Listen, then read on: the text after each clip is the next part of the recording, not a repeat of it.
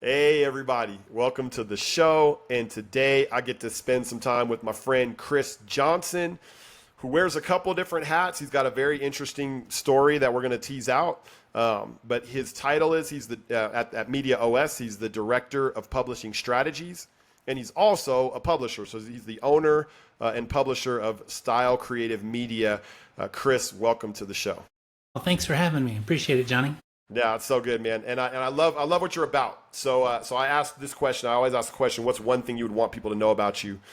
And you answered it with a very profound statement. What I do is not who I am. In other words, your identity is much bigger than just your work, your current work or your job title. And you know who you are. You're comfortable in your own skin. So tell us a little bit more about that.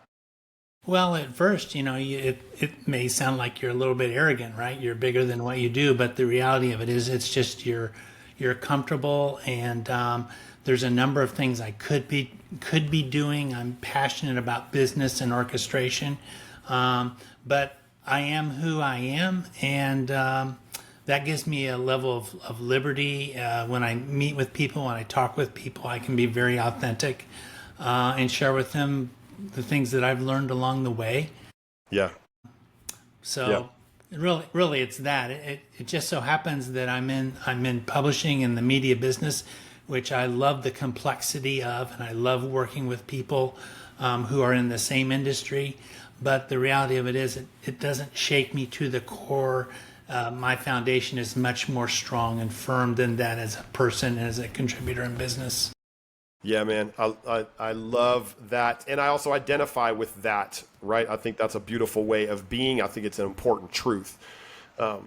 It's funny. I just saw this. I was getting my oil change today at Jiffy Lube, and they have this stupid channel on TV, and I can't even turn it off. I just have to listen to it. But it's controversial stuff, controversial news. And there's this golfer who, in an interview, I guess he just won some championship and is on his way to winning some other ones. And he basically was like, yeah, but golf's not my life. He was like, golf's not my life. He was like, if golf made me a bad dad, I'd stop golfing. That's it, exactly. And he says that, and he got under fire.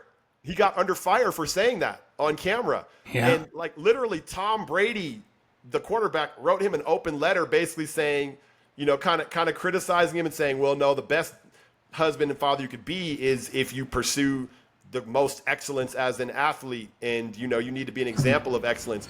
And I'm watching his open letter, and I'm like, oh, you don't understand what this man was saying, right? You don't understand what he's saying. Well, it's rooted in, I spent a number of years in what people would call corporate America. And I quickly learned how risk tolerant I am, but how entrepreneurial I am. And I came up with a concept that I'm a homogenous human being. And by that, I'm saying a lot of people segment their life either by geography, am I at work or am I at home? Or they separate it by time. Is it from 8 to 5, or is it outside of those hours on Saturday and Sunday? And I determined that, it doesn't matter where I am. I have 3 roles, and it also doesn't matter what time of day it is. I still have those roles, and those roles are a husband, a father, and as an employee. And I might be an employee of my own company, right? But you get the idea. And what that means is that no matter where you are, no matter what time of day it is, you have those 3 roles. Yeah. And so to segment them, I personally, it did not fit with my personality, my being. And so I want it to be, I want, for instance, MediaOS to be successful, whether it's 8 at night, 10 at night, 3 in the morning, or 1 in the afternoon. It doesn't matter. And the same thing as being a husband and a father. And when there are needs, and when there are things that need to be addressed or whatever else, I have those 3 roles regardless. And so I learned to spin those plates, if you will, to balance those roles. And I prioritize those, by the way, by being a husband and a father and then an employee. So yeah, right.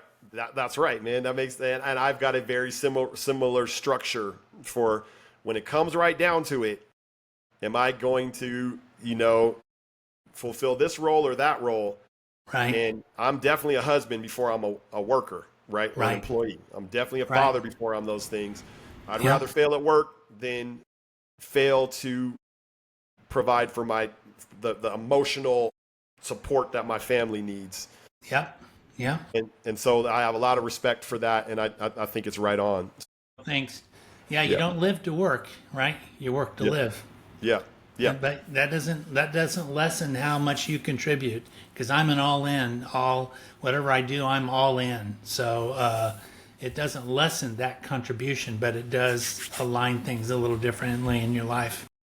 Well, right. See, what you're saying is prioritizing it doesn't lessen it.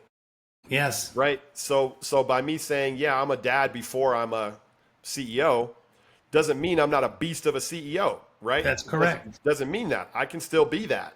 Right. It does mean that something has to win, though. There are going to come times where something has to win. And what's going to win in those times? Well, it's going to be ultimately my family is going to win. Right. That's correct. I'm sorry. If that's a problem, that's your problem. Yeah. Right. It's not my problem. That's right. You know? Yeah. So good, man. See, we already get into the deep stuff, the deep ocean already. I used to, early in my career, I used to tell myself, because I'm so driven, I used to tell myself, if you can find somebody to do it better, cheaper, and can do it quicker, you go right on ahead, because I dare you.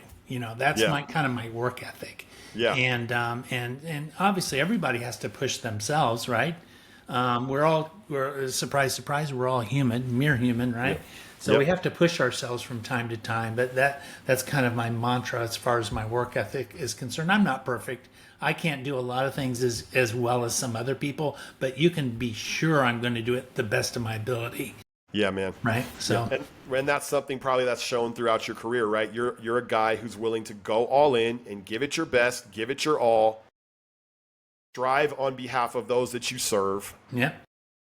It's called dependability even. There's a character trait. There's this thing called the 49 character traits that I love, right? And it basically breaks down the 49 different desirable, virtuous character qualities of humanity and gives very concise definitions for each. Dependability is doing what I committed to do, regardless of unexpected sacrifice. Doing what I committed to do, regardless of unexpected sacrifice. Right. Would you say that that's a feature for you? Yeah, I would definitely say that. Yeah, absolutely. Dependability, what they see is one of the greatest abilities is dependability and availability. Those kind of get braided together. But absolutely, yeah. And if for some reason, life can throw you a knuckleball, and I've had a knuckleball or two in my life. But when those happen, it's about communication then, right? Yes. It's about, okay, any reasonable, rational person can see that we need to call an audible here, and I'm not able to deliver, and here's why. Now, how can we make the lemonade out of the lemons, right? That's right. Yeah, dependability has its limit because sometimes, right, there's things that are outside of your control, and then it's communication. Yep. And it's relationship. Yep. At that point, right? That's exactly right. That's right on. So, how did you end up in the media space? My goodness. Trying to decide how far back to go. I was the planets aligned back in 2003, I'll say, and I was looking for an opportunity to basically have a small business that contributed to a local community. And I was talking with one of my clients I had at the time, and we were having breakfast at IHOP, ironically. And so he said, well, can you be in my office at 3 o'clock? And I said, okay, well, yeah, sure. So I show up at his office, and I meet with a woman who had really done a lot of hard work and started a publishing company. And she had a couple of those knuckleballs that we just talked about thrown her way in life, some cancer and some loss of her husband and her dad and things like that. And she no longer had the drive and the energy to do what the publishing industry requires. And so really I ended up purchasing the publishing company out of that relationship. And so it wasn't that I had eyes on publishing, but it was really more, I wanted a company that did two things. One, served the community and got involved, but also I needed to provide for my family. And so that began a path of me structuring a business model where I could do both of those. serve the community by giving information to readers, serve the community by providing a great media outlet for local businesses and regional businesses to reach my readers, and then developing a good business model that drove profit so I could provide for my family. Wow. Man, so where does that, so there's two pieces of your puzzle. One is I think we can all identify with, I need to make money, right? But before that, what you ranked before that was, I want to serve my community. I want a business that will serve my community. I want to do that. Right. And where did that conviction come from? That desire to serve the community? Oh gosh, that's a great question. You're making me search my soul. Yeah. I think it's rooted in my entrepreneurial nature. I just, even today, working with MediaOS, I speak with a lot of both prospects and clients, most of them, but not all, in the publishing industry. And I have to tell them that, look, I don't know if I should apologize this for not, but I live vicariously through you, because I talk to many that they're starting this publication or they're starting this website. And I'm like, oh, I can just feel the tingling going on in my body because I live vicariously through them. And so I believe that, especially small businesses really are the backbone of our economy, of America, and certainly of local communities. There's nothing better than chambers of commerce that pull people together, celebrate success. And what I strongly resist is the notion that it's all about money and all about profit and all about greed. Because you know what, you talk to business owners and that kind of thing, and you'll find out that's just not the case. They are not collecting a check and going fishing or playing golf all the time. Especially if you're in publishing, by the way, that might be the perception of some people, young people in college or high school. It doesn't work that way at all. And so, one of the things that I love about the industry, and certainly about being a publisher, is that I get to work directly with a lot of local and regional businesses. Yeah. And I'm an integrated marketer. So even if they don't want to buy, quote, advertising in my publication, I'm cool with that. I'm good with that. I love hearing who they think their customers are, what their average cost per sale is, all those kinds of fundamental things, how they reach their target audience. And then I like consulting with them about, you know what?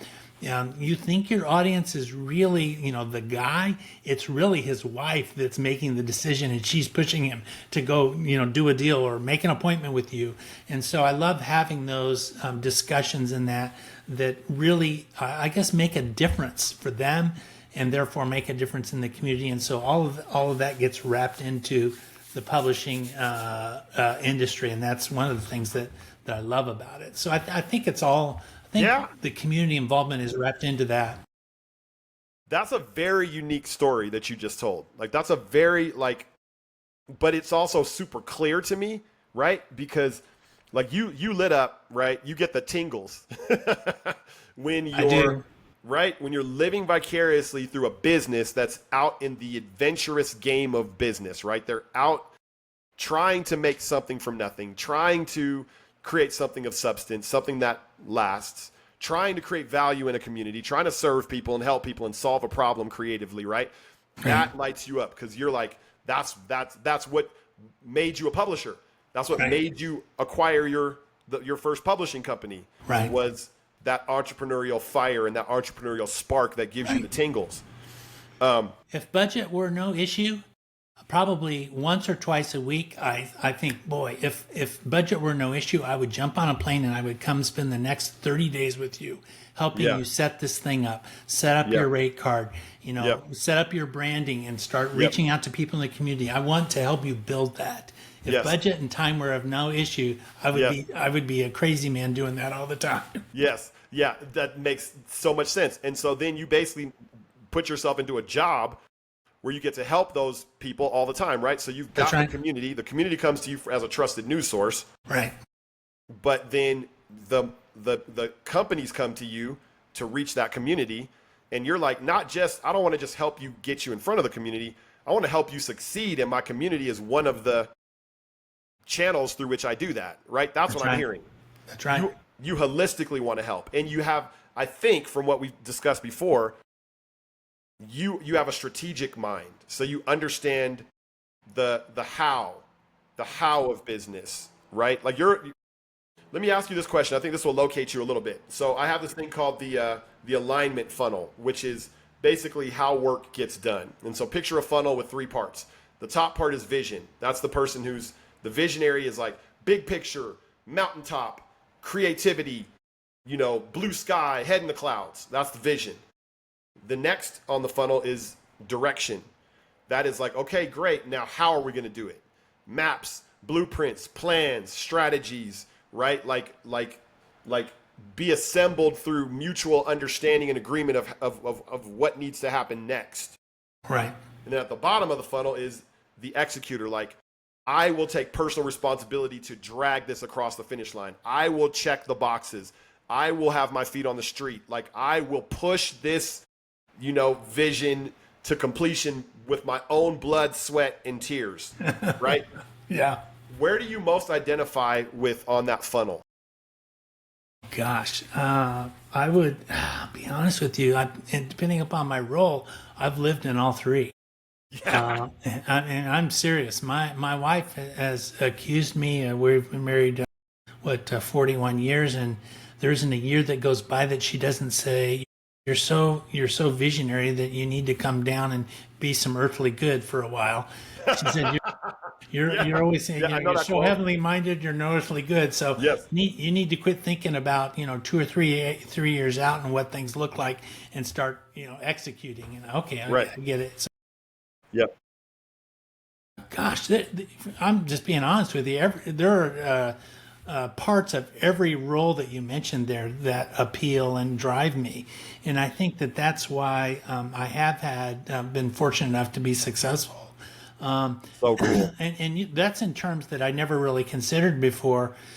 Typically, people would ask me about, what kind of thinking and role that I think has been particularly helpful in being, for instance, a publisher.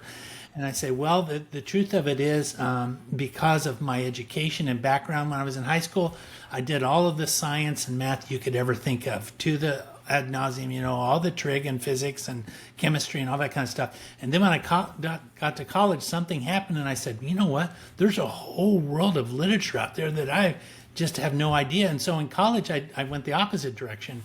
And what I find is that now I'm pretty even right brain, left brain. So in publishing, I've done photography, I've done page layout, I've done very artistic things, including product shoots and things like that. But then also it's going back to the spreadsheet and making sure that the numbers are working and we're profitable. And do we need to adjust our pricing, and how can we deliver more for the same amount or less? So I have a pretty good balance of that. And so I think that is just another way of referencing your three tiers there of, you know what, depending upon my role, I'm exercising a lot of those different areas. So that's huge, man. I think that's a great answer. I love like that answer is fine, because I'm not trying to put you in a box or anything like that, or kind of force you. But even the way you answer that is actually quite revealing, and you're different. I don't know many people like you. Like, if I'm different. Like on that funnel, I'm vision. I'm all vision. I don't want to be in the planning. I don't want to be in the planning and the blueprints and the how. I don't want to be in the weeds pulling things across the finish line. Put me back up in the clouds, right? Because I can see far. Right. I would say I would probably live more in the top or the middle. When it comes to the execution, and early in my career, when I first got started, it was obviously more about execution. But I've learned in my publishing company that, one, I don't believe that I have all the good ideas or the right ideas, and I respect other people that they have those too. And so my management style is very collaborative. And so in our company, we meet every week. We talk about every article, every photo, everything that's going to happen. And it's not my ideas, it's everybody's ideas. And I tell everybody I hire that they need to have the mental and emotional strength to present their opinions. Yes, I'm the guy that signs the checks. We all know that. Get that out of your head. Doesn't matter. I value your opinion, and if you don't have the energy to share that opinion, then you're not going to be a fit in my company. So Yeah. I tell them that, and Yeah. and so I say, you can probably tell I have a strong personality. So I'm asking you now at the beginning of our relationship, I need your head and your heart. And I want you to participate with that. And that's what I'm paying you for. And so when we talk about the brainstorming ideas, when we talk about the collaboration, if you think something's twisted or off or we're missing something, then I expect you to have the energy to say something about it. And so then when you get the right people and they have that mentality, you let them execute. Yes. And you ride their creativity. And you know what? They're very proud of it. And you are proud of it too, because you've seen them deliver and really surprise themselves on what they've been able to produce. And so you get comfortable with saying, you know what, that's not what I would have done, but man, it's a whole lot better. It's a whole lot better. So It's so good, and that's what makes a good leader, right? Yep. A leader is supposed to unlock the people that work for them, not Right. imprison them, right. right? And so even what like the kind of communities you build reminds me of one of my favorite books in the world. It's Good to Great by Jim Collins, and he talks in that book about healthy teams, and one attribute of healthy teams is lively debate. It's lively debate. It's like when big decisions come, the team comes in and they fight it out. They have permission to fight it out, and then at some point there's disagree and commit. Disagree and commit, right? Like, okay, I'm the only way this can be healthy and come to a healthy resolution is that at the end everybody knows, okay, whatever the decision is, whether I agree or disagree, I will commit 100% to that decision because my voice was heard, right? My voice was heard, and I was able to say everything that was on my mind and not hold back, and I was able to passionately defend my view. But team comes first. Yeah. At the end of the day, when your team is small enough to be nimble, and you, by definition, you get closer, right? And you have those collaborative meetings where there's good ideas shared. Like I say, it takes a lot of that mental and emotional energy because some discussions turn political, right? Some discussions turn religious. The two subjects you want to stay away from, and so you have to be. We only have one rule that everybody respects everybody else, right? But we want you to share your opinion, and I will tell you that I had a lot of I'll say there was diverse opinions on my team, and there still is. And I celebrate that. Yes. But I would say there was only, everybody knew, again, I'm the guy that signs the checks. I'm the guy that ultimately has veto power. And I would say that maybe out of all the articles and all the issues, every monthly issue for 22 years, I only had to use that one time.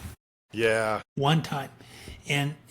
But because my team knew that I was being authentic with them, and I knew they were being authentic with me, the very one time that I had to use that, they honored that. Okay. Yes. Because I had earned their respect.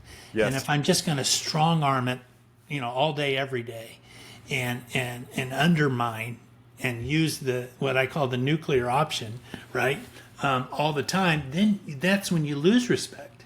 Yes. And Yes. by the way, that's you lose the value of their life of experiences and their life of perspectives and all that kind of thing. And that's something as the kaleidoscope that I didn't want to lose in what we were able to execute. So anyway, man, that's a lot of wisdom gained, and I'm sure that wisdom was costly. It was expensive, but I can hear real wisdom in what you're saying. Well, you're too kind. Yeah. So why? How did you end up at MediaOS? Oh my goodness, you want to know this story? Well, in July of 2021, I was hit by a car as a pedestrian out in front of our office, publisher's office, and so I spent, without going into a lot of detail, I spent 10 to 11 months in recovery. Got amazing health care. And then when my son, who had worked for me for a dozen years, took over all the day-to-day management of the publishing company because I was just not able to do it.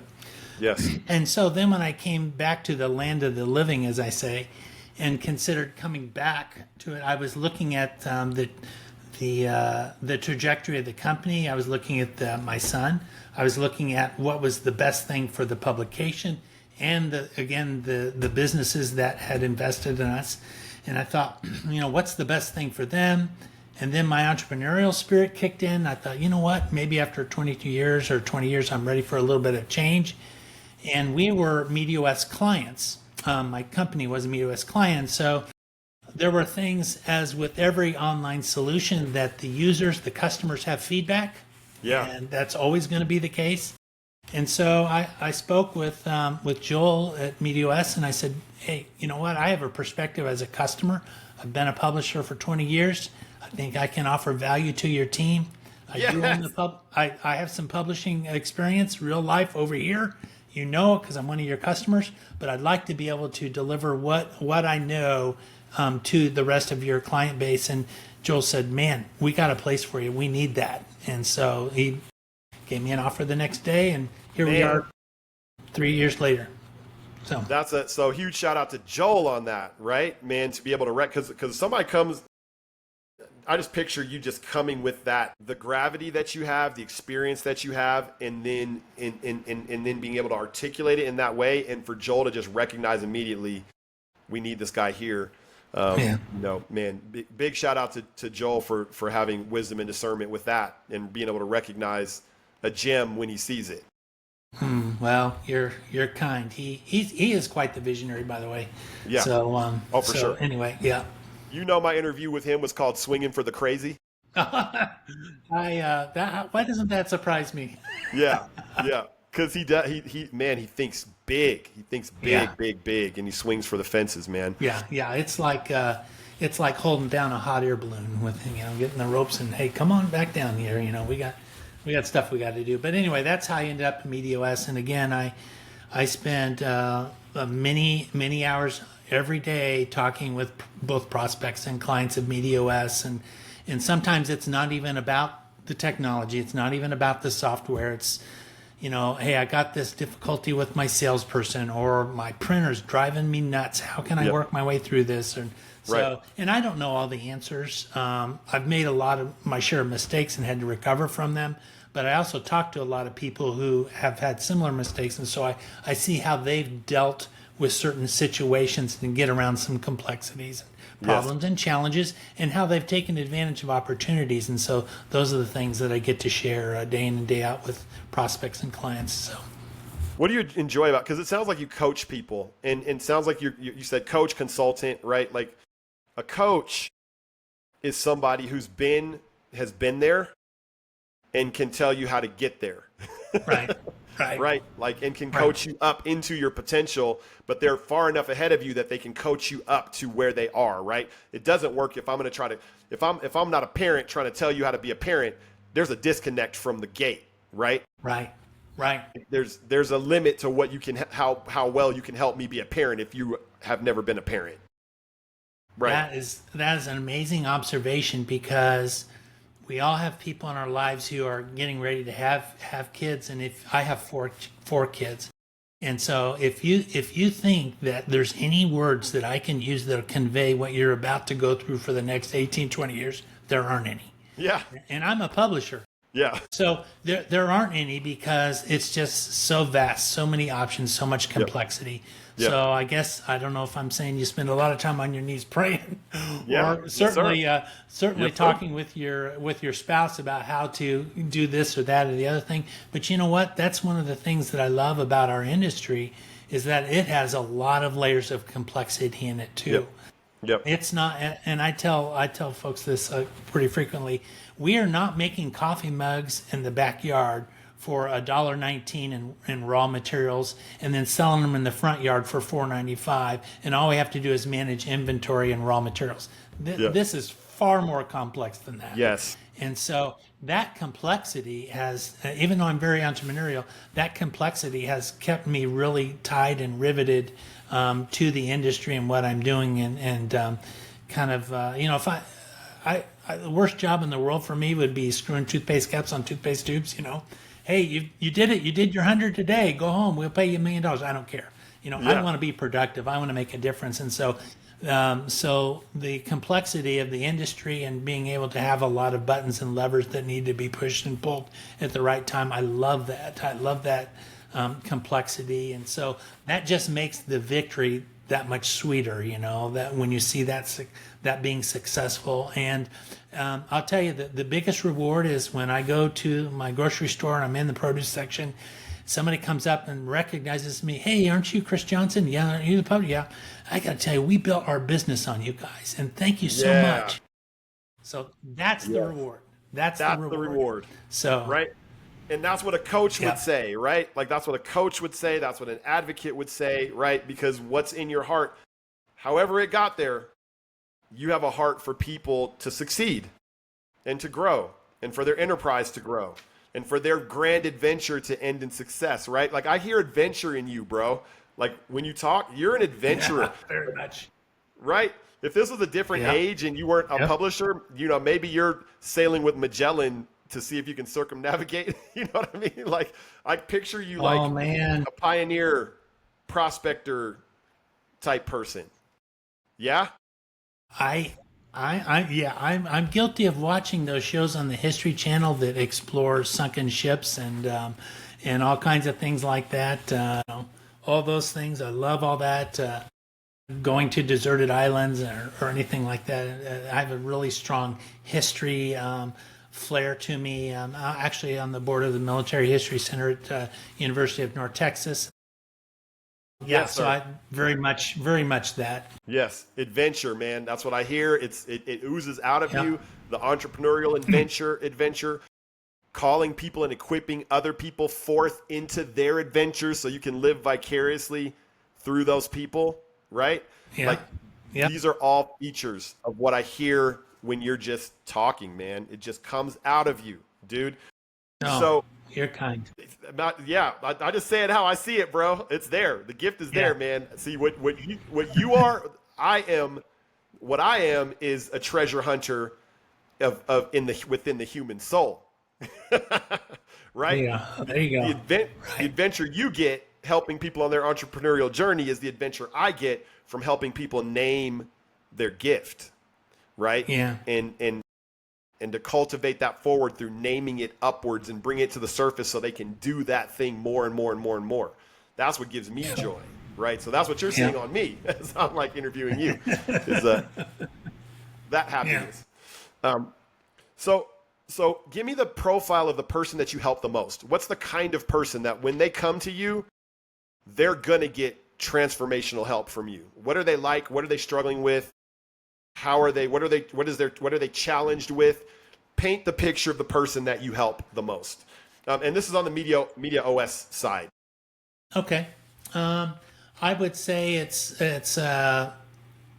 usually a publisher or wannabe publisher. Maybe they have an eye. They want to serve their community. Okay. Yep. And they see this as a venue, as a way, as a media in order to do so. But as we've mentioned, there's a lot of complexities to that, and it can get really expensive if you don't dot the I's and cross the T's. And so that really is the role that they have. I would say those that I can help the most are those that are teachable. And understand when I say that, I'm not saying they have to do everything that I say. What I'm saying is, take what I say and consider it, and if it's applicable to your world, if it can help you, run with it. If it's not, you're not going to hurt my feelings if you reject it. And so I would say 80 to 90% of the people I talk to are just what I've described to you. They're that publisher, or maybe they're starting a new publication, or in some cases they're MediaOS client and they want to know, hey, we're using this functionality and we're using this, but we know that we're underutilizing it. How can we more utilize this to be successful, to be more efficient, to make more money, to be more profitable, to grow and do more? And so all of those things, they come to me with those kinds of questions. And so if you're teachable, and then you can adapt, you can change, and you can apply. things. There are sadly a segment of people that just aren't teachable. They want to continue to do the same thing but expect different results. And the thing that frankly, I recognize about myself, which makes me a little hypersensitive about it, is that you have to, you know the model that works. You've used it for X number of years. Well, guess what? The world be a changing. The train is still going down the track. Yes. Technology is changing. The way people consume media and content is changing. The way businesses need to reach those audiences is changing. And so if you don't recognize those things, then and then say, I've got to do change. I've got to incorporate change. I've got to change perspective, processes, et cetera, in order to meet that. If you're not there, you're going to continue to hurt. And sometimes those people are they just complain all the time. Yes. And it's like, okay, well, we can talk about it. I want to be patient with you, but we can talk about this and talk about what you're seeing in that. But it's changing, and for so many years, as we get older, and as time goes on, as technology goes on, think of AI, right? The changes. It's like the how they measure the earthquakes, right? Every tenth of a point is double the previous, right?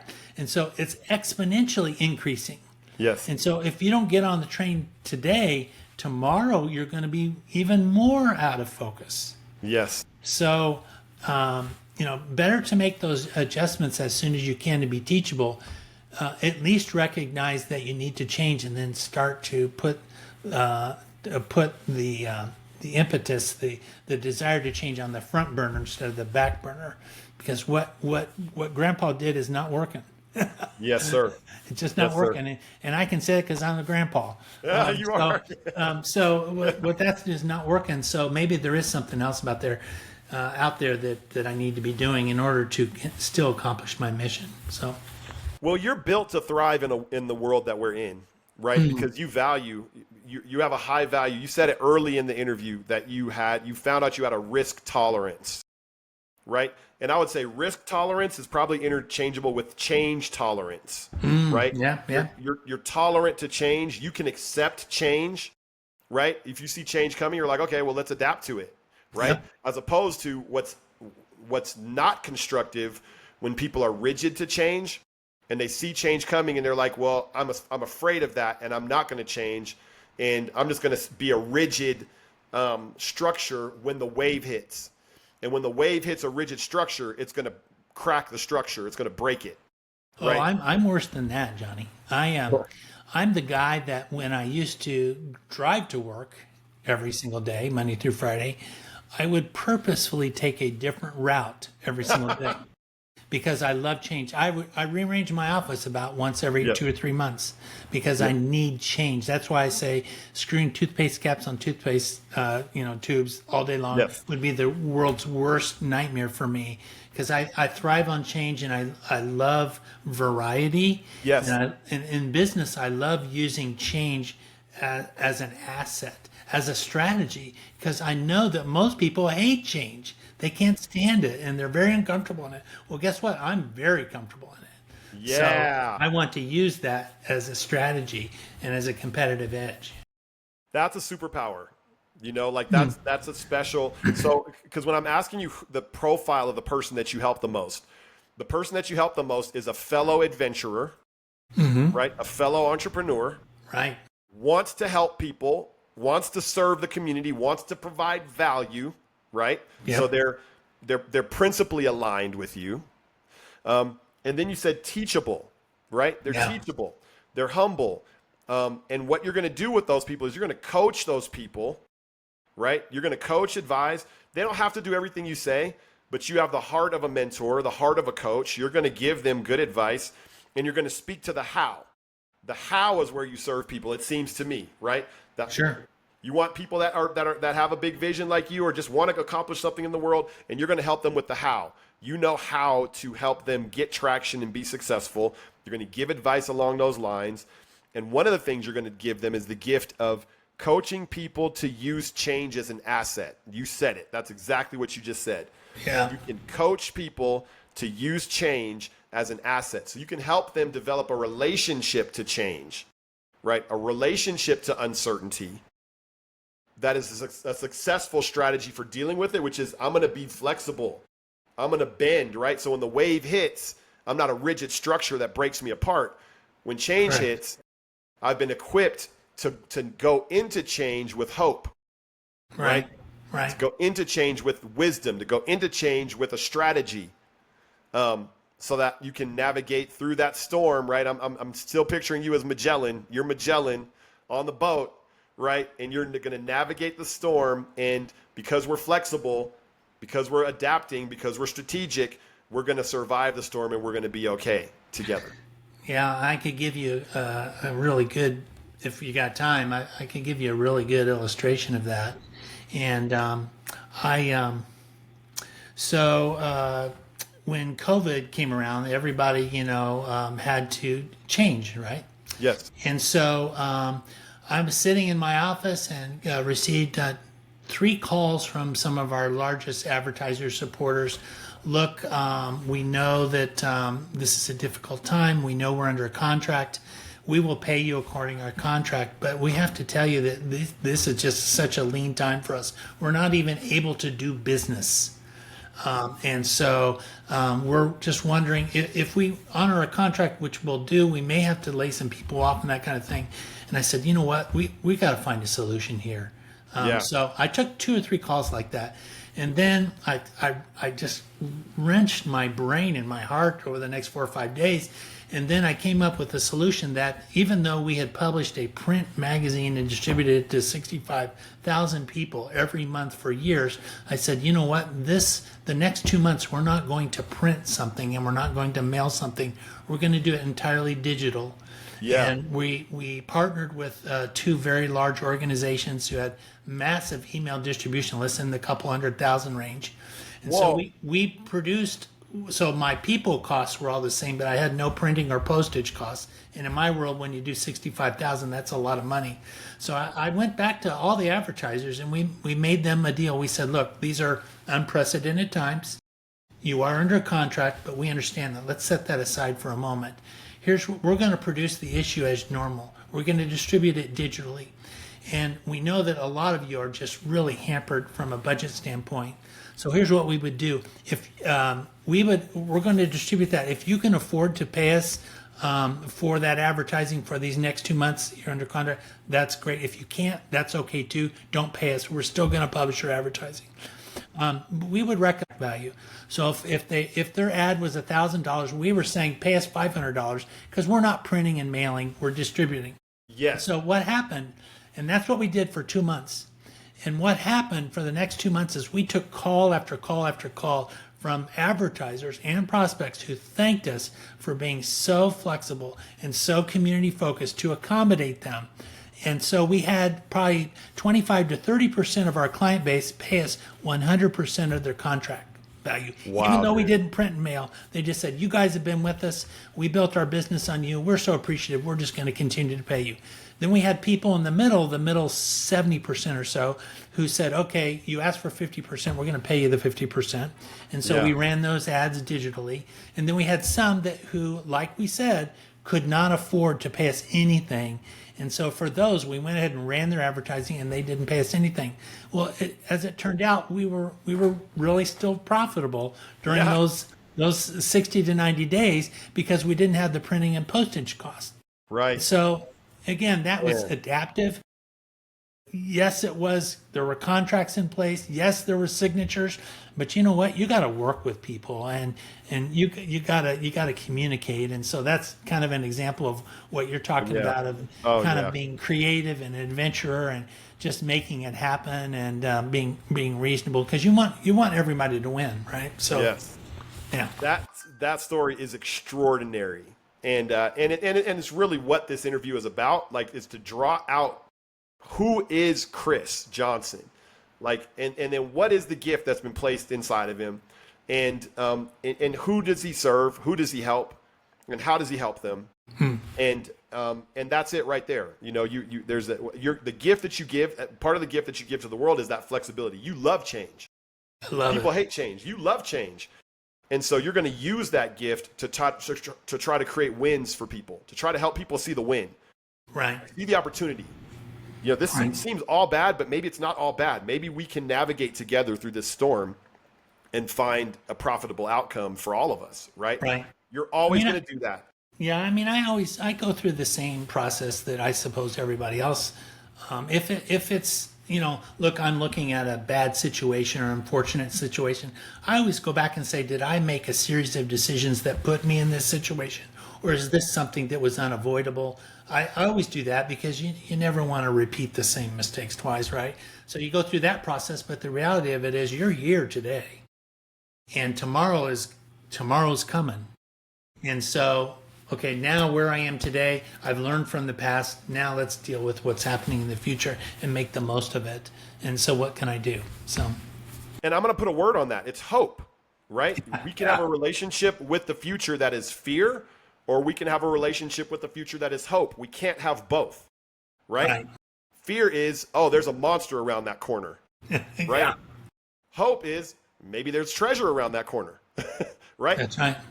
It could be a monster, or it could be a treasure. We don't know, but it's what is my mental and emotional state as I'm walking towards that corner, right? Right. If it's like fear, small, shaking, trembling, that's not my best shot to deal with it. If it is a monster, That's right.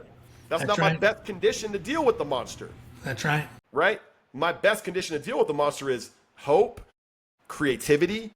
Right? Like, okay, we're going to survive this. We're going to figure out a way through if it is a monster, but maybe it's a treasure. And if it's a treasure, we'll be ready for that too. Maybe the monster is a treasure, right? That's what this conversation is showing me. Maybe the monster is a treasure. Yeah. I'm asking, what does he eat? Does he eat clothes? How can we serve the market? That's what I'm asking myself. So, but the truth of it is, you tend to think if it's just hope, life's going to be great, right? And so then you can become complacent. Yeah. And which is just as bad as if you had fear of it being a monster. Yep. So either way, it's how you respond to it. Dude, I have a friend named Kevin Monroe, and I interviewed him a couple weeks back, and he said this quote in this interview. He's a gratitude coach and a hope coach. And he said, and it gave me chills, man. He was like, hope is a warrior emotion. That's what he said. Hope is a warrior emotion, real hope. He's not talking about the kind of like optimism. He's not talking about optimism. He's talking about hope, which is that deep-rooted conviction that things are going to be okay no matter what comes, right? That will then sustain you through adversity until you get to the goal. Right. Hope is a warrior emotion, and I think hope equips us for more success than fear does. Absolutely. End of story. So, so as we come to a close, man, what's your big dream? And we can go big dream, pie in the sky, abstract. We can go concrete goal, something you'd like to see in the next year, or both. You can do both, but your dreams and goals. Is this personal or professional or under what? Whatever you want. It's whatever you want, man. I'm not going to whatever rises most to the surface of your affections. That's what I want to hear.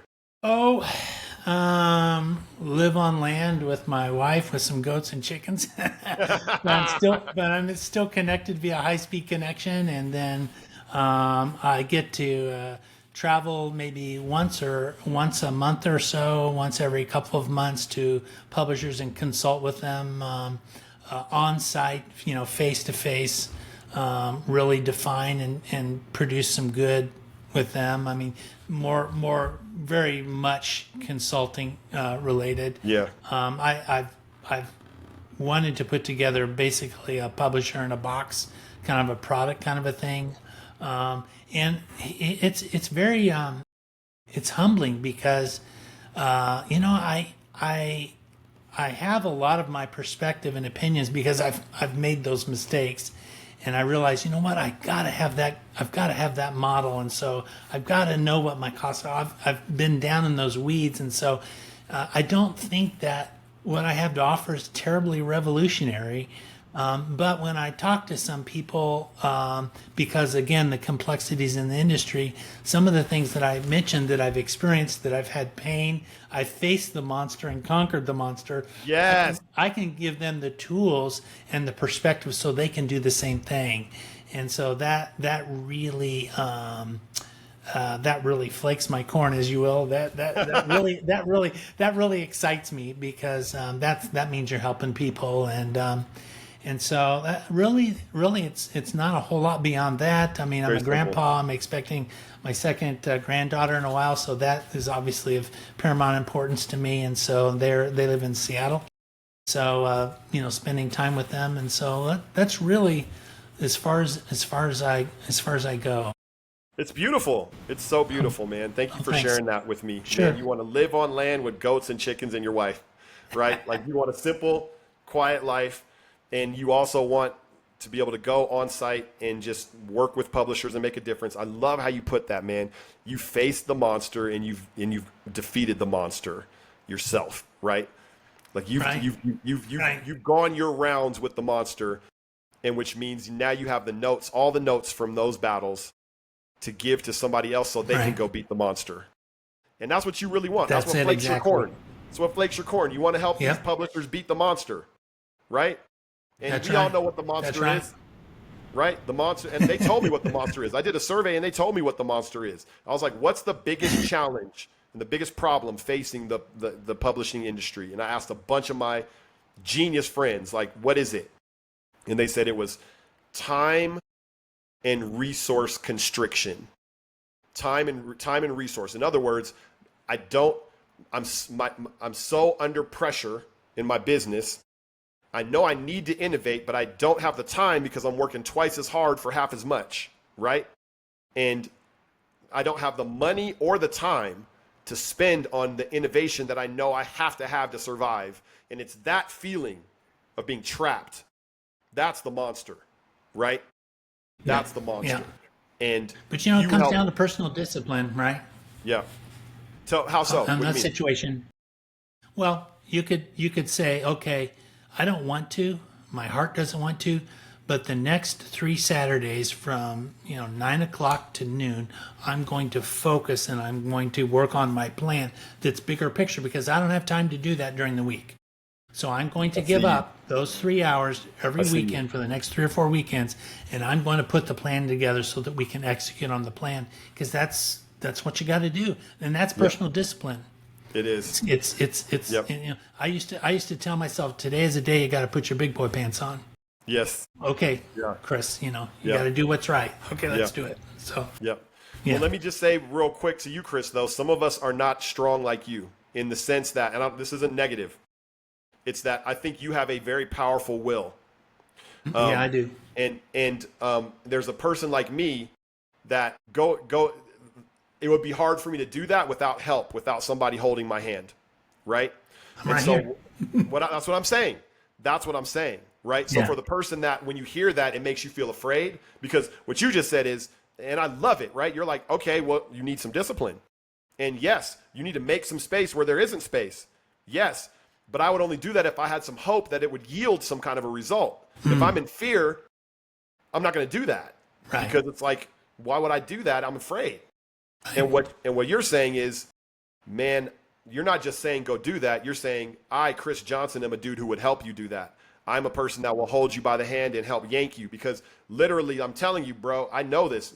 I wrote a book. I published a book a year ago, and I would never have written and published a book if Alan Briggs, shout out to my friend, coach, mentor, Alan Briggs, had not yanked me into the arena and showed me that I could pick up a sword and fight. If he had not done that for me, I would not have a book, right? So we need our Alan Briggs. We need our Chris Johnson, right? We need another man in my life like that is Nate Ulrich. We need people like you to help us get into the Coliseum and pick up the sword and fight. Right. And that's the value I see in your gift. Well, you're kind. Well, thank You're you. kind. So thank you. Thank you, man. This was a good one, bro. Well, So we're gonna go ahead and close up. Chris, man, everybody, that is my friend Chris and his story, Chris Johnson. And Chris, thank you so much for joining us and just sharing yourself with us, man. Sure. Absolutely enjoyed it. Beautiful, and it was excellent, man. And for those of you that got to be with us to the end, thanks for hanging out, and we'll see you on the flip side. Take it easy.